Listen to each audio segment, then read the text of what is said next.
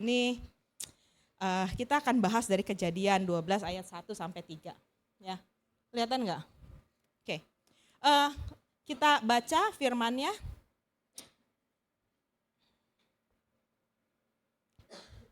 Kejadian 12 ayat 1 sampai 3. Kita baca bersama-sama ya. 3, 2, 1. Berfirmanlah Tuhan kepada Abram, pergilah dari negerimu dan dari sanak saudaramu dan dari rumah bapamu. Aku akan membuat engkau menjadi bangsa yang besar, memberkati engkau.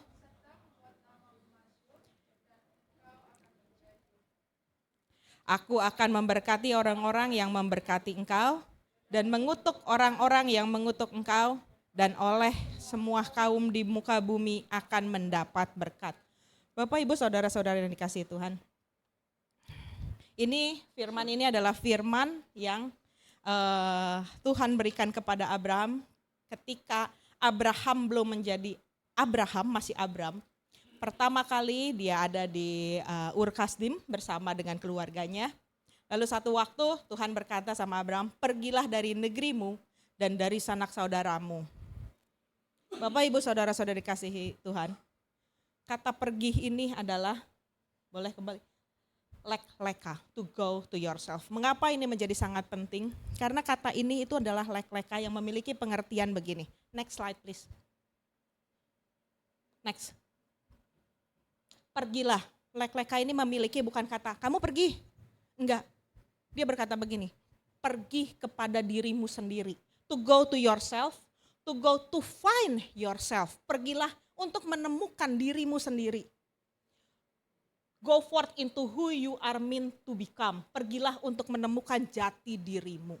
Jadi ketika Tuhan berkata begini, Abraham, pergilah dari negerimu. Dia enggak cuma berkata, kamu pergi dari negeri karena aku punya janji bla bla bla bla bla bla. Enggak, dia berkata begini.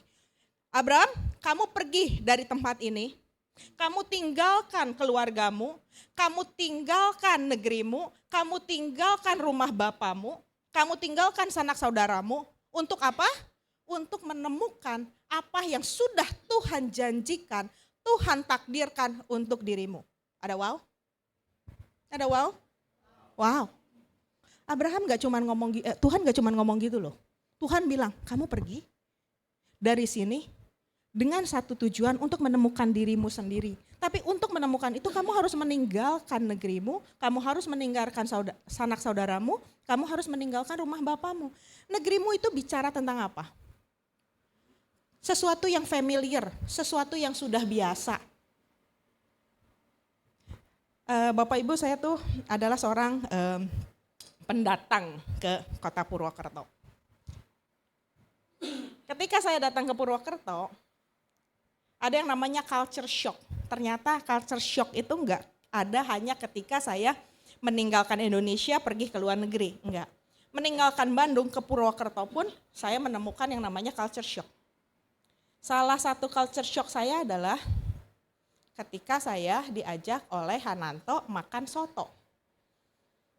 Itu culture shock karena saya itu orang Bandung. Kita tuh kalau makan soto itu soto bening. Bening sebening-beningnya. Ya, yang tahu soto Bandung itu bening banget kan. Cuman daging sapi di presto, dikasih salam, sereh, ya kalau nggak salah itu ya. Terus kasih bumbu sedikit, kita makannya sama lobak dan dikasih kacang kedelai. Hanya itu. Nah, rasa enaknya itu dari kecap dan cuka dan kecap, cuka sama sambal. Cuman itu aja. Jadi ketika kesini betapa terkejutnya saya ketika saya dikasih soto yang di sebelahnya itu ada bumbu gado-gado. Kok ini racikannya gimana ya? Ini racikannya bagaimana ya? Bentar, kata saya. Racikannya gimana? Oke, rasain terus saya bilang, ini soto kok rasanya kayak pakai bumbu sate ya. Bingung di lidah saya tuh, bingung aja rasanya. Dan lebih terkejut lagi ketika saya dibawa ke satu rumah makan, soto udah coklat banget, medok banget dengan kacangnya. Di dalamnya ada yang namanya bakso. ini apa lagi? Jadi saya tuh sekarang paling seneng kalau ngerjain orang yang datang baik dari Semarang maupun dari Bandung, karena saya pernah ngerjain sepupu saya yang dari Semarang, dia juga sama. Saya bilang, Jen ini apa? Pokoknya rasain aja. Terus saya perhatiin tuh mukanya, itu mukanya tuh paling asik diperhatiin. Maaf ya. Adik saya juga sama, adik saya tuh datang dari Bandung, pertama kali saya kasih itu betul-betul soto dengan seluruh kemedokannya, dia udah begini aja udah bingung, ini soto kok bumbunya kacang Cie, kata dia, iya. Terus pinggir, Cie ini soto apa bakso? Ya lu coba aja lah, kata saya. Nah, itu harus diperhatiin betul, itu mukanya betul, karena buat saya, kalau seandainya seperti itu orang bakal suka banget, kalau nggak suka banget. Sampai hari ini Ernest tuh nggak suka dengan soto yang dikasih bumbu kacang karena itu bukan makanan kami. Betul Hananto? Ya dia kalau dibawa kemana dia pasti dipisahin bumbu kacangnya. Memang itu bukan makanan kami. Jadi saya bisa membayangkan ketika kita meninggalkan negeri kita, kota kita, kefamiliaran kita. Itu enak nggak? Nggak enak. Untuk belajar lagi bingung. Sanak saudara itu bicara tentang apa? Tempat di mana kita mendapat pertolongan. Betul? Kalau seandainya, saya ngomongin Ernest dah. Ernest butuh bantuan pertama kali yang ditelepon itu pasti saya. Cie lo lagi ngapain? Bisa tolong jemputin Michael? Ya, di situ kita tahu kita akan mendapat pertolongan. Kita nggak akan nyari orang lain dulu, tapi kita akan mencari saudara kita dulu, siapa yang bisa nolong kita. Betul? Kita bicara tentang rumah Bapa itu bicara tentang apa? Kenyamanan. Siapa yang merasa nggak nyaman di rumah bapaknya? Kita boleh pergi kemanapun, tetapi ketika kita pulang ke rumah kita sendiri, apa yang terjadi? Di meja makan kaki naik ke atas ya. Kalau di rumah orang tetangga kita aja enggak ya. Betul? Paling enak tuh naik apa? Kaki naik ke atas sebelah, makan pakai tangan. Itu orang Sunda banget. Itu orang Sunda banget ya. Walaupun kalau ketemu mama saya langsung dimarahin, sopan di meja makan. Tapi itu nikmatnya udah gak ada tara itu. Kaki satu naik ke atas, terus kita makannya pakai tangan. Kita bicara tentang kenyamanan yang Tuhan ambil dari Abraham. Ketika dia berkata, pergi, leka, pergi, temukan dirimu sendiri. Yang Tuhan ambil langsung 3. Satu adalah kefamiliaran, sesuatu yang sudah rasanya biasa. Kedua adalah pertolongan yang kita biasa, tolongin ya, bisa ya tolongin dia begini. Yang diambil itu. Dan ketiga yang diambil adalah kenyamanannya dia.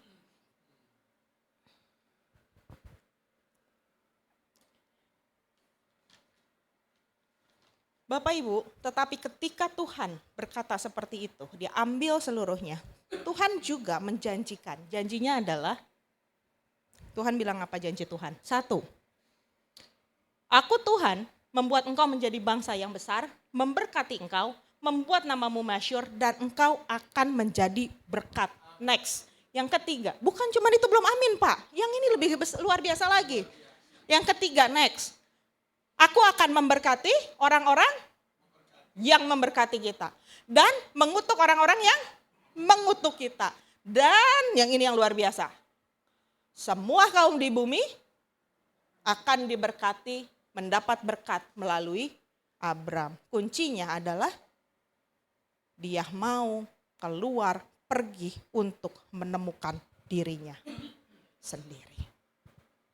Berkat ini tidak akan terjadi ketika Abraham berkata, aku gak mau Tuhan, aku udah terlalu nyaman, udah terlalu enak. Enggak. Tapi ketika Abraham memutuskan untuk menjadi apa yang sudah Tuhan janjikan kepada dia, meninggalkan seluruh kenikmatannya, keamanannya, kenyamanannya, berkat ini akan terjadi. Abraham dijanjikan menjadi bangsa yang besar, dia akan menjadi masyhur, dia akan menjadi berkat. Dan orang yang memberkati dia akan diberkati. Orang yang mengutuk dia akan dikutuk oleh Tuhan. Dan seluruh kaum di bumi akan mendapat berkat. Itu luar biasa apa enggak? Amin? Amin? Suara aminnya mana? Amin. Bapak Ibu, tetapi kita juga harus menyadari ketika janji yang besar yang Tuhan berikan kepada Abram,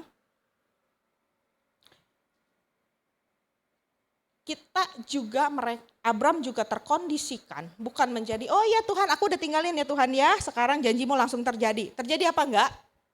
Enggak langsung, tapi terjadi enggak? Terjadi. Maka Bapak Ibu, ketika kita ditakdirkan untuk menjadi hebat, pastinya kita akan terkondisikan juga dengan masalah yang, ya Bu Iren, yang hebat pula. Kita itu ditakdirkan untuk menjadi hebat. Maka masalah kita juga pasti, masalah Abraham hebat enggak? Dia baru putusin keluar loh. Dia baru putusin keluar dari Ur Kasdim. Gak lama kemudian yang terjadi adalah kelaparan yang hebat. Dia harus pergi ke Mesir. Di Mesir apa yang terjadi? Iya, emang dia masuk dengan dengan gagah perkasa dan berani dan berkata, ya aku Abraham nih dengan janji seperti ini, aku akan memberkati kamu. Atau dia masuk ke Mesir dengan ketakutan? Dia masuk dengan ketakutan loh. Dia ngomong loh sama istrinya, kamu jangan ngaku ya kamu istri aku, kamu ngakunya saudaraku saja. Dan betul, pembesar-pembesar Mesir itu melihat kecantikan Sarah luar biasa, lapor sama bosnya bilang, wih, oh gitu ya, jadi kalau yang cantik, paling cantik memang punya saya. Ambillah dia. Lalu apa yang terjadi? Tuhan menurunkan kutuk kepada Firaun. Sampai Firaun tahu, kamu bohong sama saya, ini bukan saudaramu, tapi ini istrimu. Maka pergilah kamu dari sini. Ketika Abram diusir dari Mesir, ketika Abram diusir dari Mesir, itu Abram diusir dengan luar biasa loh, gak cuma bilang, kamu pergi, enggak loh. Orang-orang Firaun memastikan dia pergi loh. Karena Firaun, saya yakin gedek banget sama dia, marah banget sama dia. Karena apa? Abimelek. Oh oke, itu Abimelek setelahnya kan? Iya sama, gedek juga tuh Abimelek tuh. Iya. Nah kita cerita Firaun dulu, tapi ketika keluar dari tanah Mesir, Abraham ini dalam kondisi miskin atau makin kaya? Makin kaya loh. Karena ketika Firaun suka sama Sarah, dia memberikan kepada Abraham itu bukan kekayaan yang kecil loh. Dia memberikan banyak harta, termasuk budak perempuan, budak laki-laki, emas, silver, itu semuanya dia kasih. Dan ketika Abraham dipastikan keluar dari tempat itu, Bapak Ibu, kekayaan ini gak diambil. Abraham keluar di situ makin kaya. Pertolongan Tuhan itu nyata. Karena janji Tuhan kepada Abraham bahwa keturunannya yang banyak itu akan melalui Sarah. Maka Sarah aman tuh, mau digimanain juga aman. Orang Tuhan masih punya janji yang belum ditetapkan, belum terjadi. Ketika kita berada di dalam perkenanan Tuhan, sesusah apapun, sesulit apapun, tantangan sebesar apapun, ujian seperti apapun, Bapak Ibu Saudara-saudari yang dikasihi Tuhan, percayalah kita tidak bisa disentuh. Karena Allah kita tidak mengizinkan rancangan Dia yang hebat itu tidak terjadi. Amin? Amin. Setelah itu, kehidupan Abraham apa menjadi lebih baik? Makin kaya, iya. Makin kaya. Saking kayanya sampai Alkitab itu mencatat negeri itu tidak memungkinkan bagi Abraham dan Lot. Lot ini kan ponakannya ya. Ketika kita bersama dengan orang yang diberkati oleh Tuhan, percayalah kita pun akan diberkati. Gak mungkin kita enggak kesenggol sama berkatnya mereka. Itu enggak mungkin. Kita pasti diberkati. Maka pastikan kita selalu berada orang-orang yang di dalam dekat dengan orang-orang yang diberkati Tuhan. Amin. Amin. Lot ini dekat sama Abraham sampai kekayaannya dia dan Abraham itu enggak cukup. Negeri itu tidak memungkinkan bagi mereka untuk tinggal bersama-sama. Karena harta milik mereka amat banyak. Apa yang terjadi? Ribut. Abraham sama Lot ribut. Abraham sampai bilang gini, Lot, kamu maunya apa? Gitu kan, kurang lebih begitu bunyinya. Kamu maunya apa? Kamu mau ke kiri, aku ke kanan. Kamu mau ke utara, aku ke selatan. Kamu mau ke timur, aku ke barat. Kamu pilihlah mau kemana. Nanti aku pilih sebaliknya. Lalu Lot melihat suatu tempat yang bagus, yang cantik. Aku mau yang di sana. Dia bilang. Terus Abraham bilang, oke, kamu di sana, aku ke sana. Tempat yang dipilih Lot adalah tempat yang subur, yang banyak airnya, yang sangat menjanjikan. Abraham mendapat tempat yang tidak sebaik apa yang Lot pilih.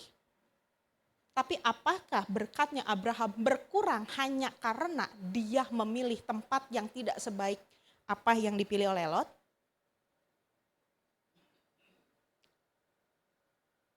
Bagaimana? Apakah berkatnya berkurang? Tidak. Malah yang terjadi, Lot itu ditawan, yang menyelamatkan dia siapa? Abraham. Abraham menyelamatkan Lot itu hanya dengan 300 orang loh. Yang dikalahkan adalah 4 raja dari timur. Yang raja-raja Sodom dan Gomora aja, bahasa kita tuh keder kali ya ngelihatnya ya. Enggak ada kekhawatiran, takut. Tapi Abraham kejar dan Abraham menang. Dan Abraham berkata, dan salah satu waktu Raja Sodom sampai berkata, kamu mau apa aku kasih? Abraham bilang apa? Enggak, saya enggak mau apa-apa. Karena kalau saya dapat apa-apa dari kamu, satu waktu nanti kamu bilang bahwa saya itu kaya karena kamu yang kasih, saya enggak mau. Karena kamu harus tahu bahwa saya kaya, saya berhasil, saya mampu, saya bisa. Bukan karena kamu, tapi karena Allah saya. Amin. Maka Bapak Ibu saudara-saudari yang dikasihi Tuhan. Yang membuat Abraham itu besar adalah Tuhannya. Janji yang disematkan kepada takdir yang sudah Tuhan katakan kepada Abraham. Ketika Abraham ini diciptakan oleh Tuhan, Tuhan udah punya rancangan yang hebat buat dia. Yang dia harus lakukan adalah go, leka, menjadi dirinya sendiri di dalam Kristus Yesus. Di dalam kedaulatan Allah yang dia kenal. Itu yang terjadi, itu yang membuat dia berhasil. Bukan karena kekuatannya, bukan karena kehebatannya. Tetapi kita bisa melihat di dalam cerita Abraham dari awal sampai akhir. Sampai janji Tuhan terpenuhi. Di dalam Yesus Kristus kita lihat. Tangan Tuhan selalu melindungi orang-orang yang mau dipakai untuk kebesaran dan kemuliaan rencananya. Amin. Amin. Luar Tuhan kita sebesar itu, seluar biasa itu. Ketika kita hidup di dalam kedaulatannya Allah kita, percayalah. Ujian boleh datang. Kesel boleh, air mata boleh. Tapi tangan Tuhan tidak pernah kurang panjang untuk menolong dan melindungi kita. Amin. Cerita Abraham ada sebuah cerita yang luar biasa. Abraham itu pergi dari Ur Kasdim itu umur 75. Ishak itu lahir ketika dia umurnya 100. Saya yakin dia nggak melihat. Dia nggak melihat ketika janji Tuhan yang anak-anaknya itu, keturunannya itu sebanyak pasir di langit. Dia mungkin cuma lihat satu, Ishak. Tapi saat itu saya yakin dia udah bisa berkata begini, karepmu lah Tuhan, janji-janjimu terserah. Aku hanya akan melakukan apa yang menjadi bagianku. Amin. Kita sekarang tahu di dalam sejarah bahwa Abraham itu adalah menjadi bangsa yang besar, betul? Namanya dia masyhur? Sangat. Apa dia menjadi berkat? Iya. Apa melalui dia kita diberkati? Of course, ya. Abraham, Ishak, Yakub, dari Yakub lahirlah 12 suku Israel, salah satunya Yehuda. Allah kita, Yesus kita adalah keturunan dari Yehuda. Saat ini kita berada di sini. Kita yang diselamatkan. Kita yang dibenarkan di dalam Kristus Yesus. Bukankah kita adalah orang-orang yang sekian ribu tahun kemudian tetap mendapat berkat dari berkat Abraham. Amin. Bapak Ibu, ketika kita harus pergi, maka saya bilang pergilah. Gereja ini itu tahun lalu itu saya masih belum di sini. Saya dapat cerita, Ananto yang cerita sama saya ketika namanya masih GBI Rockme Hotel. Satu waktu dia cerita sama saya bahwa Pak Yusak ada dikerjain orang, ya. Nah, bersama dengan ceritanya kita tahu dan akhirnya Pak Yusak menyatakan bahwa oke deh kita udah nggak di GBI aja karena kita juga di GBI Rock juga namanya tiba-tiba hilang dari websitenya, official websitenya. Betul Pak Yusak? Lalu Pak Yusak berkata oke, kita akan bikin satu, kita akan berdiri sendiri. Dan namanya itu dinyatakan sebagai New Hope. GBI New Hope, House of Prayer.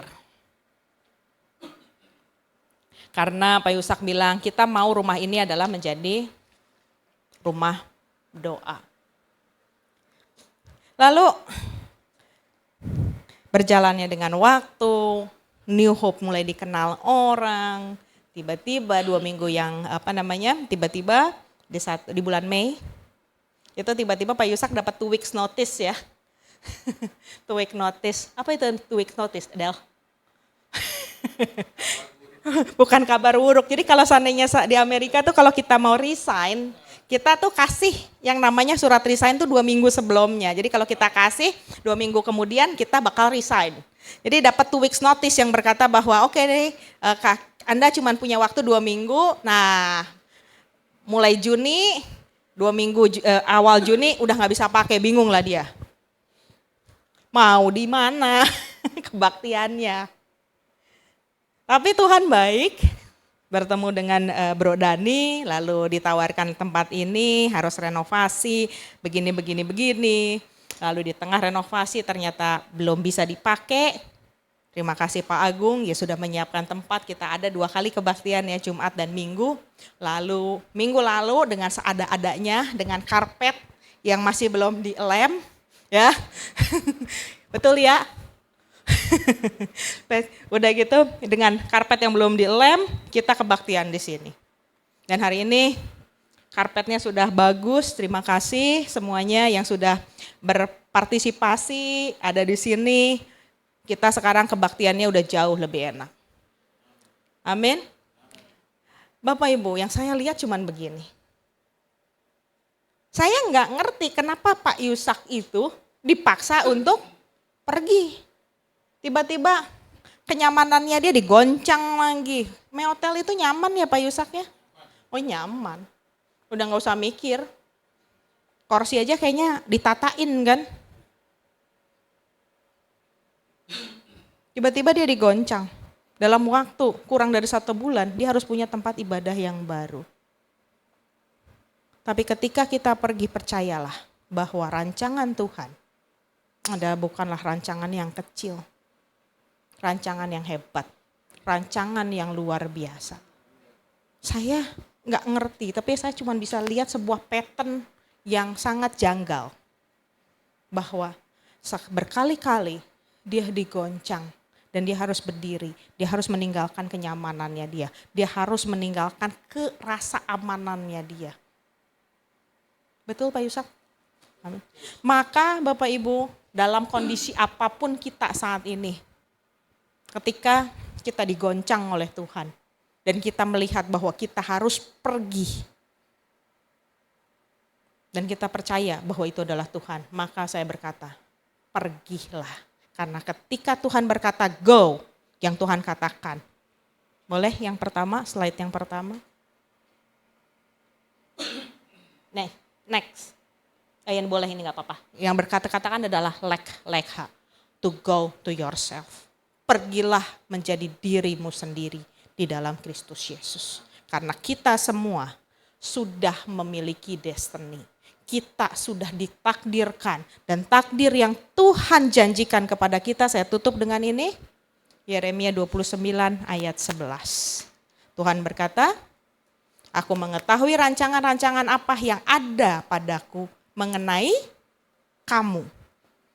Rancangan damai sejahtera dan bukan rancangan kecelakaan. Untuk memberikan kepadamu hari depan yang penuh harapan. Amin. Ketika Tuhan berkata go, Bapak Ibu percayalah diri. Tuhan, aku mau pergi karena aku mau menjadi apa yang Tuhan telah janjikan di dalam hidup kita. Amin. Amin. Mari kita berdoa. Allah Bapa di dalam surga, pesan pada pagi ini adalah pesan yang sangat simpel. Tapi bukan sesuatu yang mudah. Karena meninggalkan kenyamanan enggak mudah. Meninggalkan rasa aman enggak mudah. Tuhan, tapi berikan kami kekuatan karena kami tahu bahwa rancangan-Mu adalah rancangan damai sejahtera yang memberikan kepada kami hari depan yang penuh pengharapan. Izinkan kami memenuhi semua apa yang telah Engkau rancangkan ketika kami diciptakan demi kemuliaan nama-Mu. Biarkan semua orang diberkati karena mereka bersama dengan kami.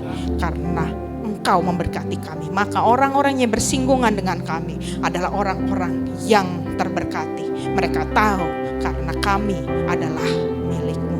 Terima kasih Tuhan, berikan kami kekuatan, berikan kami keberanian, berikan kami untuk selalu berlindung dan tahu kedaulatan-Mu di dalam hidup kami.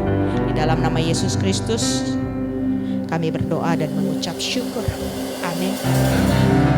Berikan tepuk tangan saudara, puji Tuhan. Haleluya. Jadilah diri sendiri. Amin. Ya, bukan masalahnya kita ada di mana. Yang terpenting Tuhan bersama kita di sana. Amin. Itu yang penting, ya. Tuhan menyertai kita. Jadi Bapak Ibu Saudara, ayo tinggalkan kenyamanan saudara, nyaman akan dosa, tinggalkan itu. Amin. Keluar dari dosamu. Jadi hari ini sungguh diberkati Tuhan, ya. Puji Tuhan. Sekali lagi dong berikan tepuk tangan yang meriah buat Tuhan. Haleluya, ya. Mari kita bangkit berdiri bersama-sama.